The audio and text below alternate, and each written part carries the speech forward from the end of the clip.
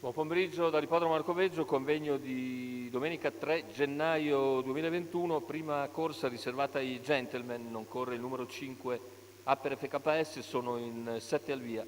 1 Ennipan, 2 Solitario USM, 3 Sandro, 4 Undinando, 6 Voldemort Nall, seconda linea 7 Regensburg, 8 Roger P, in chiusura Ennipan e Undinando giocati, anche Solitario USM comunque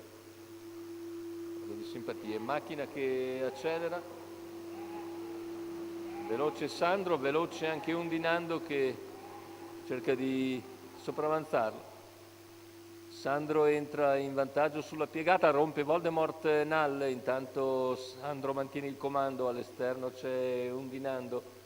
Lungo la corda Ennipan, Sandro in vantaggio, Undinando costretto all'esterno, si ritrae e così Sandro leader nei confronti di Ennipan, poi Roger P che ha colto buona partenza dalla seconda linea, Undinando invece costretto all'esterno. Sandro ha completato i primi 400 in 31,2, ora già in fase di decelerazione dopo lo strappo iniziale. Ha sbagliato Voldemort Nall e i cavalli sono a completamento della curva e dei primi 600 di gara in 47,4. Ha decisamente stoppato una volta al comando Sandro che guida davanti alle tribune, Ennipan in scia, poi percorsi esterni c'è Solitario USM, Undinando in schiena, in terza posizione Roger P e un'ultima pariglia formata da Regensburg e Voldemort Nall che si è rimesso dopo l'errore iniziale.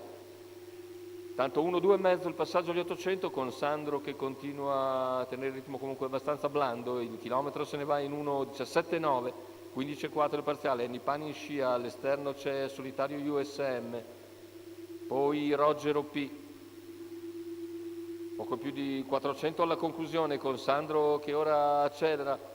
parziale in 15,2, nella scia Ennipan, all'esterno Solitario USM che però non riesce a rendersi per il momento minaccioso, Roger P in terza posizione alle spalle di Ennipan, completamento della curva finale con Sandro leader,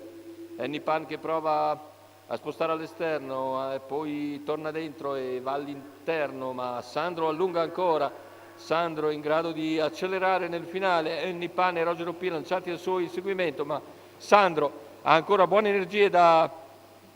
mettere in campo per sottrarsi ad Ennipan e Roger P che finiscono nell'ordine alle sue spalle. 1:16,6 il ragguaglio conclusivo, 31 a chiudere. E bella vittoria in percorso di testa per Sandro. Di Venezia porta al palo con un bel percorso in avanti, sottraendosi nel finale, ecco le battute conclusive con Sandro insidiato ma neanche tanto da Ennipan che guadagna qualcosa ma non può che essere seconda e precede a sua volta Roger P lanciato all'interno. 3-1-8 l'ordine d'arrivo ufficioso della prima corsa Arcoveggio.